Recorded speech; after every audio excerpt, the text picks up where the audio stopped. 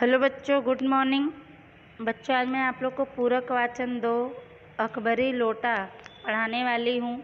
इसको लिखने वाले इसके लेखक हैं बाबू अन्नपूर्णानंद जी। इनका जन्म सन 1895 ईस्वी में और इनकी मृत्यु 1962 ईस्वी में हुआ है। आधुनिक हिंदी कहानीकारों में बाबू अन्नपूर्णानंद का नाम विशेष यानी खास रूप से उल्लेखनीय है। उन्होंने सुरुचिपूर्ण यानी रुचि के साथ कहानियों के द्वारा हिंदी साहित्य की बड़ी सेवा की है। उनकी कहानियों की यह विशेषता अर्थात खासियत होती है कि उनमें हास्य के साथ साथ चोट करने वाले यानी आघात करने वाले व्यंग यानी कटाक्ष भी होता है। व्यंग के साथ हास्य का प्रभावपूर्ण यानी असरकारक निर्वाह करने में वे काफ़ी सिद्धहस्त यानी कुशल हैं। प्रस्तुत कहानी में यह स्पष्ट किया गया है कि पुरानी वस्तुओं के संग्रह करने का शौक यानी रुचि जब सनक अर्थात नशा बन जाता है, तब ऐसी चीज़ों का संग्रह करने वाला व्यक्ति वास्तव में मूर्ख साबित होता है और हास्यपद बन जाता है। हास्यपद का मतलब हंसी का पात्र बन जाता है। पूरक वाचन 2 अकबरी लोटा को लिखने वाले इसके लेखक बाबू अन्नपूर्णानंद जी हैं। इनके बारे में बताया गया है कि इनका जन्म 1895 ईस्वी में और इनकी निधन अर्थात मृत्यु 1962 ईस्वी में हुआ था। नए समय के हिंदी कहानीकारों में बाबू अन्नपूर्णा का नाम खास रूप से वर्णनीय है। उन्होंने रुचि के साथ कहानियों के द्वारा हिंदी साहित्य की बड़ी सेवा की है। उनकी कहानियों की एक खासियत होती थी कि उनमें हास्य यानी हंसी के साथ साथ आघात करने वाला व्यंग यानी कटाक्ष भी होता है। व्यंग के साथ साथ हास्य का असरकारक निर्वाह करने में वे काफ़ी कुशल थे। यहाँ बताया गया है कि ये कहानी जो दिया गया है इसमें यह साफ किया गया है कि पुरानी वस्तुओं का चीज़ों का एकत्रित करने का शौक़ रखने वाले के ऊपर जब नशा चढ़ जाता है, वो नशा बन जाता है उसके लिए, तब ऐसी चीज़ों का संग्रह करने वाला व्यक्ति सच में मूर्ख साबित होता है और हास्यास्पद यानी हंसी का पात्र बन जाता है। चलिए हम लोग एक कहानी पढ़ेंगे और इसके द्वारा जानेंगे क्या इसमें बताया गया है। लाला झाऊ लाल को खाने पीने की कमी नहीं थी। काशी में ठठेरी बाजार में मकान था। नीचे की दुकानों से 100 रुपये मासिक के करीब किराया उतर आता था। कच्चे बच्चे अभी थे नहीं, सिर्फ 2 प्राणियों का खर्च था। अच्छा खाते थे, अच्छा पहनते थे, पर 250 रुपये तो एक साथ आँख सेकने के लिए भी न मिलते थे। यहाँ पे बता रहे हैं कि लाला झाऊ लाल को खाने पीने की कोई कमी नहीं थी। काशी के ठठेरी बाज़ार में उनका खुद का मकान था। नीचे की दुकानों से 100 रुपये महीने, मासिक का मतलब होता महीना, महीने के करीब किराया आता था। कच्चे बच्चे यानी उनके पास कोई औलाद नहीं थे अभी, सिर्फ 2 प्राणी का खर्च था, एक वो थे और उनकी पत्नी। अच्छा वो खाते थे, अच्छा पहनते थे, पर 250 रुपये यानी 250 रुपये एक साथ आँख सेकने का मतलब देखने के लिए भी न मिलते थे। आगे, इसलिए जब उनकी पत्नी ने एक दिन एकाएक यानी अचानक 250 रुपये की मांग पेश की, तब उनका जी एक बार ज़ोर से सनसनाया यानी उनको झटका लगा और फिर बैठ गया। जान पड़ा कि कोई बुल्ला है जो बिलबिलाने लगा है। बुल्ला मतलब पानी में जब पानी का बुलबुला उठता है उसको बोलते हैं। उनकी यह दशा देखकर उनकी पत्नी ने कहा, डरिए मत, आप देने में असमर्थ यानी लाचार हों तो मैं अपने भाई से मांग लूँगी। लाला झाऊ लाल इस मीठी मार से तिलमिला उठे। उन्होंने किंचित यानी शायद रोष यानी क्रोध के साथ कहा, अजी हटो, 250 रुपये के लिए एक भाई से भीख मांगोगी? मुझसे ले लेना, लेकिन मुझे इसी ज़िंदगी में चाहिए। अजी इसी सप्ताह में ले लेना। सप्ताह से आपका क्या तात्पर्य? 7 दिन से है, 7 वर्ष से। लाला झाऊ लाल ने रोष के साथ खड़े होते हुए कहा, आज से 7वें दिन मुझसे 250 रुपये ले लेना। मर्द की एक बात। हाँ जी हाँ, मर्द की एक बात। यहाँ कह रहे हैं कि लाला झाऊ लाल खाने पीने की उनके पास कमी नहीं थी, लेकिन उनको 250 रुपये एक साथ देखने को नहीं मिलते थे। इसलिए जब उनकी पत्नी ने एक दिन अचानक, एकाएक का मतलब होता है अचानक, 250 रुपये की मांग पेश की, उनके सामने रखी, तब उनका जी यानी मन एक बार ज़ोर से सनसनाया यानी उनको झटका लगा और फिर वो बैठ गए। जान पड़ा कि कोई पानी का बुल्ला बिलबिलाने लगा है यानी उठने लगा है। उनकी यह स्थिति देखकर उनकी पत्नी ने कहा कि आप डरिए मत, अगर आप देने में लाचार हैं 250 रुपये तो मैं अपने भाई से मांग लूँगी। अपनी पत्नी की बात सुनकर लाला झाऊलाल इस मीठी मारी यानी व्यंग से तिलमिला उठे, क्रोधित हो उठे। उन्होंने किंचित यानी शायद क्रोध के साथ कहा, अजी हटो, 250 रुपये के लिए एक भाई से भीख मांगोगी, मुझसे ले लेना। झाऊलाल की बात सुनकर उनकी पत्नी ने कहा कि लेकिन मुझे इसी ज़िंदगी में चाहिए, इसी जीवन में चाहिए, अजी इसी सप्ताह में ले लेना। लाला झाऊलाल कहते हैं, उनकी पत्नी कहती हैं, सप्ताह से आपका क्या तात्पर्य, क्या मतलब है? 7 दिन से है या 7 साल से है? तो पत्नी की बात सुनकर लाला झाऊलाल क्रोध के साथ खड़े होते हुए कहते हैं, आज से 7वें दिन मुझसे 250 रुपये ले लेना। मर्द की एक बात है, एक ज़बान है। उनकी पत्नी कहती, हाँ जी हाँ, मर्द की एक बात। आगे पढ़ते हैं। लेकिन जब 4 दिन ज्यों त्यों में यूँ ही बीत गए और रुपयों का प्रबंध यानी व्यवस्था न हो सका, तब उन्हें चिंता होने लगी। मर्द की एक बात यह कहना फिकरा यानी व्यंग्यपूर्ण वाक्य उनके कानों में गूंज गूंज कर फिर गूंज उठता था। खैर, एक दिन और बीता। 5वें दिन घबरा कर उन्होंने पंडित बिलवासी मिश्र को अपनी विपत यानी दुख तकलीफ सुनाई। यहाँ कह रहे हैं कि लाला झाऊलाल ने तो कह दिया था कि मर्द की एक बात एक ज़बान है, लेकिन जब 4 दिन जैसे तैसे बीत गए वैसे ही और रुपयों का कोई व्यवस्था नहीं हो सका, तब उन्हें चिंता होने लगी। मर्द की एक बात यह उनका व्यंग्यपूर्ण वाक्य उनके कानों में बार बार ध्वनि करने लगा, गूंजने लगता था। खैर, एक दिन और बीता। 5वें दिन लाला झाऊलाल घबरा कर उन्होंने पंडित बिलवासी मिश्र को अपनी तकलीफ दुख सुनाए। आगे पढ़ते हैं। संयोग कुछ ऐसा बिगड़ा कि बिलवासी जी भी उस समय बिल्कुल खुख थे। खुख का मतलब होता है खाली। उन्होंने कहा, मेरे पास है तो नहीं, पर मैं कहीं से मांग जांच कर लाने की कोशिश करूंगा, और अगर मिल गया तो कल शाम को तुमसे मकान पर मिलूंगा। जब लाला झाऊलाल ने अपनी तकलीफ पंडित बिलवासी मिश्र को सुनाई तो संयोग यानी परिस्थिति कुछ ऐसा खराब था कि बिलवासी जी भी उस समय बिल्कुल खाली थे, उनके पास भी पैसे नहीं थे। उन्होंने कहा कि मेरे पास तो नहीं है, पर मैं कहीं से मांग जांच कर लाने का प्रयत्न करूंगा, और अगर मिल गया तो कल शाम को तुमसे मकान पर आकर मिलूंगा। आगे। यही शाम आज थी, हफ्ते का अंतिम दिन। पंडित बिलवासी मिश्र अब भी नहीं आए। इसी उधेड़ बुन में यानी असमंजस में पड़े हुए लाला झाऊलाल ऊपर छत पर टहल रहे थे। कुछ प्यास मालूम पड़ी। उन्होंने नौकर को आवाज़ दी। नौकर नहीं था, खुद उनकी पत्नी पानी लेकर आई। वे पानी तो जरूर लाई, पर गिलास लाना भूल गई थी। केवल लोटे में पानी लिए वह प्रकट हुई यानी उदय हुई आई। फिर लोटा भी संयोग से वह जो अपनी बेढंगी यानी उबड़ खाबड़ सूरत के कारण लाला झाऊलाल को सदा से नापसंद था तो नया, 1-2 साल का बना, पर कुछ ऐसी गठन यानी बनावट उस लोटे की थी जैसे उसका बाप डमरू और माँ चिलमची रही हो। यहाँ बता रहे हैं कि यही शाम आज थी, हफ्ते का अंतिम दिन। पंडित बिलवासी मिश्र अब भी नहीं आए थे। इसी असमंजस में उधेड़-बुन में पड़े हुए लाला झाऊलाल ऊपर छत पर टहल रहे थे। उन्हें प्यास महसूस हुआ। उन्होंने नौकर को आवाज़ दी। नौकर नहीं था तो उनकी पत्नी पानी लेकर आई। वे पानी तो जरूर लाई थी, पर गिलास लाना भूल गई थी। केवल लोटे में पानी लिए हुए वो उपस्थित हुई। फिर लोटा भी संयोग यानी परिस्थिति सी, वह जो अपनी उबड़ खाबड़ सूरत के कारण लाला झाऊ को हमेशा पसंद नहीं था तो नया, 2 साल से बना था, पर कुछ ऐसी उसकी बनावट थी उस लोटे की कि जैसे उसका बाप डमरू और माँ चिलमची रही हो। आगे पढ़ेंगे। लाला झाऊलाल अपना गुस्सा पीकर पानी पीने लगे। उस समय वे छत के मुंडेर पर खड़े थे, पर मुश्किल से 1 घूंट वे पी गए होंगे कि न जाने कैसे उनका हाथ हिल उठा और लोटा हाथ से छूट पड़ा। लोटे ने न दाहिने देखा न बाएं। वह नीचे गली की ओर चल पड़ा।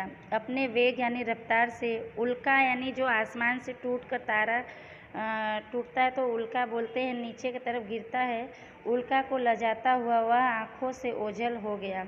किसी ज़माने में न्यूटन नाम के किसी खुरापाती यानी बेहूदी बातें करने वाला ऐसे ने पृथ्वी की आकर्षण यानी खिंचाव शक्ति यानी बल नाम की एक चीज़ ईजाद की थी यानी खोज की थी। कहना न होगा कि यह सारी शक्ति इस समय लोटे के पक्ष यानी साथ में थी। लाला झाऊलाल को काटो तो बदन में खून नहीं यानी सदमा लगा। ठठेरी बाजार ऐसी चलती हुई गली में ऊंचे तिमंजिल यानी तीसरे मंजिल से भरे हुए लोटे का गिरना हंसी खेल नहीं है। यह लोटा न जाने किस अनाधिकारी यानी जिसका कोई अधिकार न हो, जिसका कोई दोष न हो, उसके खोपड़े पर काशी वास का संदेश लेकर पहुँचेगा। यानी उसके खोपड़े पर गिरेगा और उसकी मृत्यु हो जाएगी, वह काशी चला जाएगा, ऐसा संदेश लेकर पहुँचेगा। कुछ हुआ भी ऐसा ही। गली में जोर का हल्ला उठा। लाला झाऊलाल जब तक दौड़कर नीचे उतरे तब तक एक भारी भीड़ उनके आंगन में घुस आई। आगे यहाँ कह रहे हैं कि लाला झाऊलाल अपना गुस्सा पी कर यानी लोटे को देखते उनको गुस्सा आ गया। अपने गुस्से को शांत करके पानी पीने लगे। उस समय वे छत के ऊपर खड़े थे, पर मुश्किल से 1-2 घूंट ही पिए होंगे कि न जाने कैसे उनके हाथ हिल गया और लोटा हाथ से छूट गया।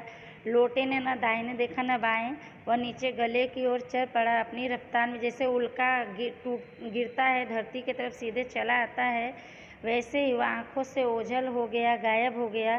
किसी ज़माने में न्यूटन नाम के किसी खुरापाती ने पृथ्वी की शक्ति बल अपनी तरफ जो खींचती उस बल की खोज की थी।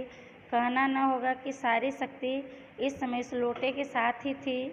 लाला झाऊलाल को ऐसे जैसे काटो तो बदन में खून नहीं यानी उनको ऐसा सदमा लगा, वो सन्न हो गए यह देखकर। ठठेरी बाजार ऐसी चलती हुई गली में तीसरे मंजिले से भरे हुए लोटे का गिरना कोई खेल हंसी मजाक नहीं था। यह लोटा न जाने किस अनाधिकारी यानी जिसका कोई अधिकार नहीं है ऐसे के सिर पर गिरेगा और उसके गिरने से उसकी मृत्यु हो जाएगी और काशी पहुंच जाएगा, ऐसा संदेश लेकर पहुंचेगा। और कुछ हुआ भी ऐसा ही। गली से जोर का यानी हल्ला यानी शोर हुआ। लाला झाऊलाल जब तक दौड़कर नीचे उतरे तब तक एक भारी भीड़ उनके आंगन में आ पहुंची थी। आगे पढ़ेंगे।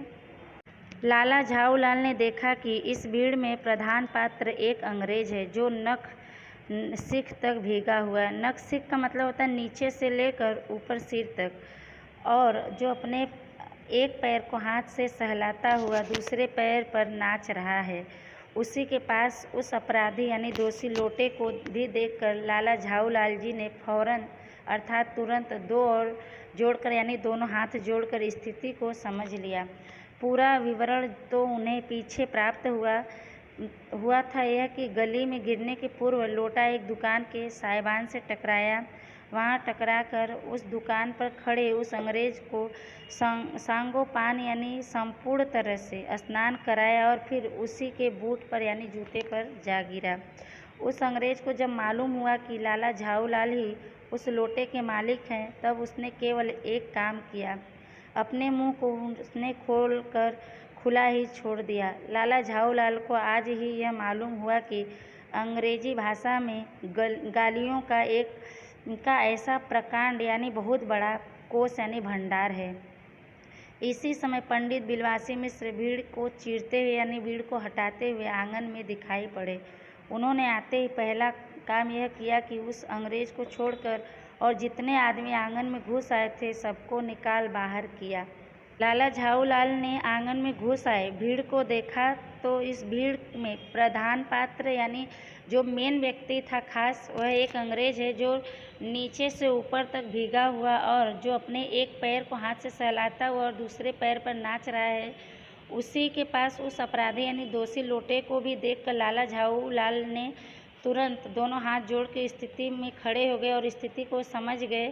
पूरा विवरण यानी पूरी बात तो उन्हें पीछे मालूम हुआ यह था कि गली में गिरने से पहले लोटा एक दुकान के साइबान यानी मकान के आगे वर्षा धूप से बचाने का छाजन, उसको साइबान कहते हैं, उससे लोटा टकराया। वहां टकराकर उस दुकान पर खड़े उस अंग्रेज को सांगोपांग यानी संपूर्ण तरह से नहलाया और फिर उसी के जूते पर जा गिरा। उस अंग्रेज को जब यह मालूम हुआ कि लाला झाऊलाल ही उस लोटे के मालिक हैं, तब उसने केवल एक ही काम किया, अपने मुंह को उसने खोलकर खुला ही छोड़ दिया। लाला झाऊलाल को जब यह मालूम हुआ कि अंग्रेजी भाषा में गालियों का ऐसा प्रकांड यानी बहुत बड़ा कोष है, भंडार है। इसी समय पंडित बिलवासी मिश्र पहुंच गए। उन्होंने भीड़ को हटाते हुए आंगन में दिखाई दिए। उन्होंने आते ही पहला यह काम किया कि अंग्रेज को छोड़कर आंगन में घुस आए जितने भी आदमी थे सभी को बाहर निकाल दिया। फिर एक कुर्सी आंगन में रख कर उन्होंने साहब से कहा, आपके पैर में शायद कुछ चोट आ गई है, आप आराम से कुर्सी पर बैठ जाइए। साहब ने बिलवासी जी से पूछा, तो अब क्या करना चाहिए? पुलिस में इस मामले की रिपोर्ट कर दीजिए, जिससे यह आदमी फौरन हिरासत यानी कैद में ले लिया जाए। चलिए अभी चला, मगर आपकी इजाज़त हो तो पहले मैं इस लोटे को इस आदमी से खरीद लूँ। क्यों जी, बेचोगे? मैं 50 तक इसका दाम दे सकता हूँ। लाला झाऊलाल तो चुप रहे, पर साहब ने पूछा, इस रद्दी यानी बेकार लोटे का आप 50 रुपये दाम क्यों दे रहे हैं? जनाब, यह एक ऐतिहासिक यानी इतिहास से जुड़ा लोटा जान पड़ता है। जान क्या पड़ता है, मुझे पूरा विश्वास है यह वह प्रसिद्ध अकबरी लोटा है जिसकी तलाश यानी खोज संसार भर के म्यूजियम परेशान हैं। पंडित बिलवासी मिश्र ने आंगन में से सभी को निकालकर खाली अंग्रेज को घर में आंगन में रहने दिया। फिर एक कुर्सी आंगन में रख कर उन्होंने साहब से कहा, आपके पैर में शायद कुछ चोट आ गई है, आप आराम से कुर्सी पर बैठ जाइए। साहब ने बिलवासी से पूछा कि अब क्या करना चाहिए? पुलिस में इस मामले की रिपोर्ट कर देनी चाहिए, जिससे इस आदमी को तुरंत कैद में ले लिया जाए। चलिए। तभी पंडित बिलवासी मिश्र कहते हैं कि अभी चला, मगर आपकी इजाज़त हो, आपकी आज्ञा हो तो मैं पहले इस लोटे को इस आदमी से खरीद लूँ। क्यों जी, बेचोगे? पंडित बिलवासी मिश्र पूछते हैं लाला झाऊलाल से। मैं 50 तक इसका दाम दे सकता हूँ। लाला झाऊलाल तो चुप रहे, पर साहब ने पूछा, यह बात सुनकर कि इस खराब लोटे का 50 रुपये आप दाम क्यों दे रहे हैं? तो पंडित बिलवासी मिश्र कहते हैं कि जनाब, यह एक ऐतिहासिक यानी इतिहास से जुड़ा लोटा जान पड़ता है। जान नहीं पड़ता, मुझे पूरा यकीन है कि यह वह प्रसिद्ध अकबरी लोटा है जिसकी तलाश में संसार भर के म्यूजियम यानी संग्रहालय परेशान है। आगे। यह बात जी हाँ जनाब, 16वीं शताब्दी की बात है। बादशाह हुमायूं शेरशाह से हार कर भागा था और सिंध के रेगिस्तान में मारा फिर रहा था। एक अवसर पर प्यास से उसकी जान निकल रही थी। उस समय एक ब्राह्मण ने इसी लोटे से पानी पिलाकर उसकी जान बचाई थी। हुमायूं के बाद अकबर दिलीश्वर हुआ, तब उसने उस ब्राह्मण का पता लगाकर उससे इस लोटे को ले लिया और इसके बदले में उसे इसी प्रकार के 10 सोने के लोटे प्रदान किए। यह लोटा सम्राट अकबर को बहुत प्यारा था, इसी से इसका नाम अकबरी लोटा पड़ा है। वह बराबर इसी से वजू करता था। वजू का मतलब होता है नमाज से पहले हाथ पैर धोकर साफ करना, स्वच्छ करना। सन 57 तक इसके शाही घराने में ही रहने का पता है, पर इसके बाद लापता हो गया। कलकत्ते के म्यूजियम में इसका प्लास्टर का मॉडल रखा हुआ है, यानी इसका मॉडल बनावट आकार रखा हुआ है। पता नहीं यह लोटा इस आदमी के पास कैसे आया। म्यूजियम वालों को पता चले तो फैंसी दाम देकर खरीद ले जाएं। फैंसी दाम मतलब अच्छी कीमत। इस विवरण को सुनते सुनते साहब की आंखों पर लोभ यानी लालच और आश्चर्य का ऐसा प्रभाव अर्थात असर पड़ा कि वे कौड़ी के आकार से बढ़कर पकौड़ी के आकार की हो गई। उसने बिलवासी जी से पूछा, तो आप इस लोटे को लेकर क्या करिएगा? मुझे पुरानी और ऐतिहासिक चीज़ों के संग्रह करने का शौक़ है। मुझे भी पुरानी और ऐतिहासिक चीज़ों के संग्रह करने का शौक़ है। यह सब झोल है, धोखा है। दाम लगाइए, जो अधिक दाम दे वह ले जाए। यह सही, आप उसका 50 रुपया दे रहे थे। मैं 100 देता हूँ, मैं 150 देता हूँ, मैं 200 देता हूँ, अजी मैं 250 देता हूँ। यह कहकर बिलवासी जी ने 250 के नोट लाला झाऊलाल के आगे फेंक दिए। पंडित बिलवासी मिश्र ने जब अंग्रेज से कहा कि यह प्रसिद्ध अकबरी लोटा है और इसकी खोज में संसार के म्यूजियम परेशान हैं, तो उनकी बात सुनकर अंग्रेज कहता है यह बात पंडित बिलवासी मिश्र जी उनको एक कहानी सुनाते हैं कि जी हाँ जनाब, 16वीं शताब्दी के बाद बादशाह हुमायूं शेर शाह से हार कर भागा था और सिंध के रेगिस्तान में जब मारा फिर रहा था, तब एक समय पर प्यास से उनकी जान निकल रही थी। उस समय एक ब्राह्मण ने इसी लोटे से उनको पानी पिलाकर उनकी जान बचाई थी। हुमायूं के बाद अकबर दिलीश्वर जब आया तो उसने ब्राह्मण का पता लगाकर इस लोटे को ले लिया और इसके बदले में उसी प्रकार के 10 सोने के लोटे उनको दिए। यह लोटा सम्राट को बहुत प्यारा था, अकबर को, इसी से इसका नाम अकबरी लोटा पड़ा। वह बराबर इसी से अपने हाथ पैर धोते थे, साफ करते थे। सन 57 तक इसके शाही घराने में ही होने का पता था, पर इसके बाद गायब हो गया। कलकत्ते के म्यूजियम में इसका प्लास्टर का मॉडल रखा हुआ है। पता नहीं यह लोटा इस आदमी के पास कैसे आया। म्यूजियम वालों को पता चले तो अच्छी दाम देकर खरीद ले जाएं।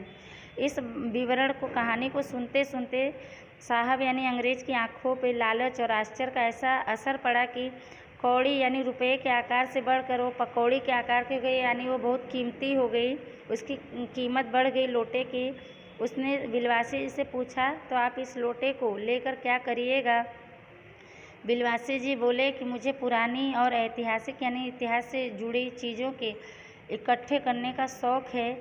उनकी बात सुनकर साहब कहते हैं मुझे भी पुरानी और ऐतिहासिक चीज़ों के संग्रह करने का शौक़ है, उसमें रुचि है। पंडित बिलवासी मिश्र कहते हैं यह सब झोल है, धोखा है, दाम लगाइए, जो अधिक दाम दे वह ले जाए, यही सही है। पर अंग्रेज कहता है कि आप उसका 50 रुपये दे रहे थे, मैं 100 देता हूँ। पंडित बिलवासी मिश्र बढ़कर कहते हैं मैं 150 देता हूँ। साहब कहता है मैं 200 देता हूँ। उसके आगे बढ़कर पंडित बिलवासी मिश्र कहते हैं अजी मैं 250 देता हूँ। यह कहकर बिलवासी जी ने 250 के नोट लाला झाऊ लाल के आगे फेंक दिए। आगे साहब को भी ताव आ गया, यानी जोश आ गया। उसने कहा आप 250 देते हैं तो मैं 50-100 देता हूँ। अब चलिए। बिलवासी जी अफसोस के साथ अपने रुपए उठाने लगे, मानो अपनी आशाओं की लाश उठा रहे हों। साहब की ओर देखकर उन्होंने कहा लोटा आपका हुआ, ले जाइए, मेरे पास 250 से अधिक है ही नहीं। यह सुनता था कि साहब के चेहरे पर प्रसन्नता यानी खुशी की कूंची यानी ब्रश फिर गई। उसने झपट कर लोटा उठा लिया और बोला अब मैं हंसता हुआ अपने देश लौटूंगा। मेजर डगलस की डींग सुनते सुनते मेरे कान पक गए थे। मेजर डगलस कौन है? मेजर डगलस मेरे पड़ोसी हैं। पुरानी चीज़ों के संग्रह करने में मेरी उनकी होड़ यानी स्पर्धा रहती है। गत वर्ष यानी पिछले वर्ष वे हिंदुस्तान आए थे और यहाँ से जहांगीरी अंडा ले गए थे। जहांगीरी अंडा? जी हाँ, जहांगीरी अंडा। मेजर डगलस ने समझ रखा था कि हिंदुस्तान से वे ही ऐसी चीज़ ले जा सकते हैं, पर जहांगीरी अंडा है क्या? जब बिलवासी जी 250 रुपये का नोट फेंक देते हैं सामने, यह देखकर साहब को जोश आ जाता है। कहता है आप 250 रुपये देते हैं तो मैं 50-100 देता हूँ। अब चलिए। उनकी बात सुनकर बिलवासी जी अफसोस यानी पछतावा के साथ अपने रुपये उठाने लगते, जैसे मानो अपनी आशाओं यानी उम्मीदों की लाश उठा रहे हैं। उनका उम्मीद टूट जाता है। साहब की ओर देखकर कहते हैं लोटा आपका हुआ, ले जाइए, मेरे पास 250 से अधिक नहीं है। यह सुनता ही साहब के चेहरे पर खुशी की जैसे ब्रश घूम गई हो, चल गई हो। उसने झटपट लोटा उठा लिया और बोला अब मैं हंसता हुआ, प्रसन्न होता हुआ अपने देश लौटूंगा। मेजर डगलस की डींग यानी लंबा चौड़ा बात करना, उसको सुनते सुनते मेरे कान पक गए थे, मैं ऊब गया था। मेजर डगलस कौन है? पंडित बिलवासी पूछते हैं। साहब बताते हैं कि मेजर डगलस मेरे पड़ोसी हैं। पुरानी चीज़ों को एकत्रित करने में मेरी उनकी स्पर्धा रहती है। पिछले वर्ष वे हिंदुस्तान आए थे और यहाँ से जहांगीरी अंडा ले गए थे। जहांगीरी अंडा? यह सुनकर पंडित बिलवासी मिश्र पूछते हैं कि क्या होता है? तो अंग्रेज बताता है कि जी हाँ, जहांगीरी अंडा। मेजर डगलस ने समझ रखा था कि हिंदुस्तान से वे ही ऐसी चीज़ें ले जा सकते हैं, पर जहांगीरी अंडा है क्या? पंडित बिलवासी पूछते हैं। आगे आप जानते होंगे कि एक कबूतर ने नूरजहाँ से जहांगीर का प्रेम कराया था। जहांगीर के पूछने पर कि मेरा एक कबूतर तुमने कैसे उड़ जाने दिया, नूरजहां ने उसके दूसरे कबूतर को भी उड़ाकर बताया कि ऐसे। उसके इस भोलेपन पर जहांगीर 100 जान से न्यौछावर हो गए, पर कबूतर का एहसान यानी आभार वह नहीं भूला। उसने एक अंडे को बड़े यत्न यानी प्रयत्न कोशिश से रख छोड़ा। एक बिल्लोर यानी बहुत ही स्वच्छ शीशा की जार की हांडी में वह उसके सामने सदा टंगा रहता था। बाद में वही अंडा जहांगीरी अंडा के नाम से प्रसिद्ध हुआ। उसी को मेजर डगलस ने पर साल दिल्ली में एक मुसलमान सज्जन से 300 रुपये में खरीदा। यह बात है हाँ, पर अब वे मेरे आगे दून की नहीं मतलब दुगना होने का भाव नहीं ले सकते, सेखी नहीं बघार सकते। मेरा अकबरी लोटा उनके जहांगीरी अंडे से भी एक पुश्त यानी वंश परंपरा पुराना है। पंडित बिलवासी मिश्र जब जहांगीरी अंडा के बारे में पूछते हैं तो साहब एक कहानी बताते हैं कि आप जानते होंगे कि एक कबूतर ने नूरजहां से जहांगीर का प्रेम कराया था। जहांगीर के पूछने पर कि मेरा एक कबूतर तुमने कैसे उड़ जाने दिया, तो नूरजहां ने उनके दूसरे कबूतर को उड़ाकर बताया कि ऐसे ही। उसके इस भोलेपन मासूमियत पर जहांगीर ने 100 जान से न्यौछावर हुए यानी अपने आप को समर्पित कर दिए, पर कबूतर का आभार वह नहीं भूले। उन्होंने एक अंडे को बड़ी कोशिश से रख छोड़ा था। एक बिल्लोर यानी बहुत ही साफ शीशे की हांडी में वह उसके सामने हमेशा टंगा रहता था। बाद में वही अंडा जहांगीरी अंडा के नाम से प्रख्यात हुआ। उसी को मेजर डगलस ने पर साल यानी पिछले साल दिल्ली में एक मुसलमान सज्जन से 300 रुपये में खरीदा। उनकी बात सुनकर पंडित बिलवासी मिश्र कहते हैं, यह बात साहब कहता हाँ, अब ये मेरे आगे दून की नहीं ले सकते यानी दुगना भाव नहीं बता सकते, सेखी नहीं बघार सकते। मेरा अकबरी लोटा उनके जहांगीरी अंडे से एक वंश पुश्त पुराना है। आगे साहब ने लाला झाऊलाल को 500 रुपये देकर अपनी राह ली। लाला झाऊलाल का चेहरा इस समय देखते बनता था। जान पड़ता था कि मुंह पर 6 दिन की बढ़ी हुई दाढ़ी का एक एक बाल मारे प्रसन्नता के लहरा रहा है। उन्होंने पूछा, बिलवासी जी, आप मेरे लिए 250 रुपये घर से लेकर चल पड़े थे, पर आपको मिला कहाँ से? आपके पास तो था नहीं। इस भेद को मेरे सिवा ईश्वर ही जानता है, आप उसी से पूछ लीजिए, मैं नहीं बताऊंगा। पर आप चले कहाँ? अभी मुझे आपसे काम है। अच्छा, पहले अपने 500 रुपये गिन कर सहेज लीजिए। यहाँ पे कह रहे हैं साहब ने लाला झाऊलाल को 500 रुपये देकर अपनी राह ले ली यानी वहाँ से चले गए। लाला झाऊलाल का चेहरा इस समय देखते बनता था, जैसे लगता था कि मुंह पर 6 दिन की बढ़ी हुई दाढ़ी का एक एक बाल मारे खुशी के झूम रहा है। उन्होंने बिलवासी जी से पूछा कि आप मेरे लिए 250 रुपया घर से लेकर आए थे, पर आपको मिला कहाँ से? आपके पास तो नहीं था। तो पंडित बिलवासी मिश्र कहते हैं कि इस भेद को राज को मेरे अलावा ईश्वर ही जानता है, आप उसी से पूछ लीजिए, मैं नहीं बताऊंगा।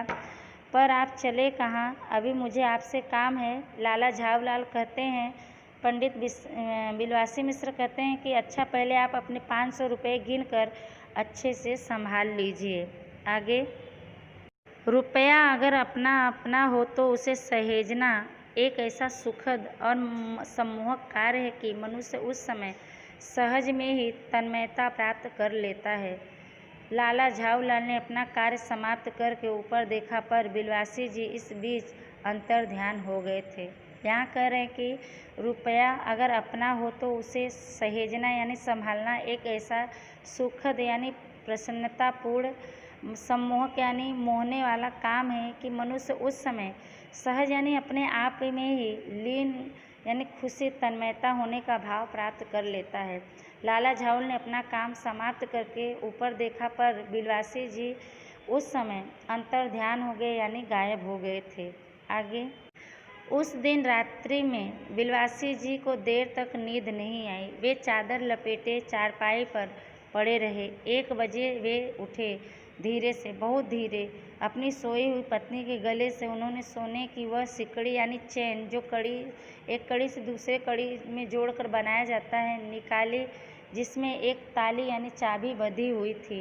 फिर उसके कमरे में जाकर उन्होंने उस ताले से उसका संदूक खोला। उसमें 250 के नोट ज्यों के त्यों रख कर उन्होंने उसे बंद कर दिया। फिर दबे पांव लौटकर ताले को उन्होंने पूर्ववत यानी पहले के जैसे अपनी पत्नी के गले में डाल दिया। इसके बाद उन्होंने हंसकर अंगड़ाई ली। अंगड़ाई लेने का मतलब होता है जमाई लेते हुए शरीर को तानना, तोड़ना, मरोड़ना। अंगड़ाई लेकर लेट रहे और लेट कर मर गए यानी सो गए। फिर दूसरे दिन सुबह 8 बजे तक वे मरे रहे अर्थात सोए रहे। कह रहे हैं कि उसी दिन रात में बिलवासी जी को देर तक नींद नहीं आई। वे चादर लपेटे चारपाई पर पड़े रहे। 1 बजे वे उठे। धीरे से, बहुत धीरे से अपनी सोई हुई पत्नी के गले से उन्होंने सोने की वह सिकड़ी यानी चैन निकाली जिसमें वह चाबी बांधी हुई थी। फिर उसके कमरे में जाकर उन्होंने उस चाबी से उसका संदूक खोला। उसमें 250 के नोट जैसे के तैसे रख कर उन्होंने उसे बंद कर दिया। फिर दबे पांव लौटकर ताली को उन्होंने पूर्ववत यानी पहले के जैसे अपनी पत्नी के गले में डाल दिया। इसके बाद उन्होंने हंसकर अंगड़ाई ली। अंगड़ाई लेकर लेट गए और लेटे लेटे वह सो गए। दूसरे दिन सुबह 8 बजे तक वे सोए रहे। बच्चों, यह पाठ आपका समाप्त हुआ। वीडियो को ध्यान से सुनिएगा। हास्य वीडियो है, कहानी बहुत अच्छी है। आप लोग को लेसन इसका प्रश्न उत्तर भेज दिया जाएगा। शब्दार्थ आप लोग को नोट में लिखना है। तब तक के लिए धन्यवाद।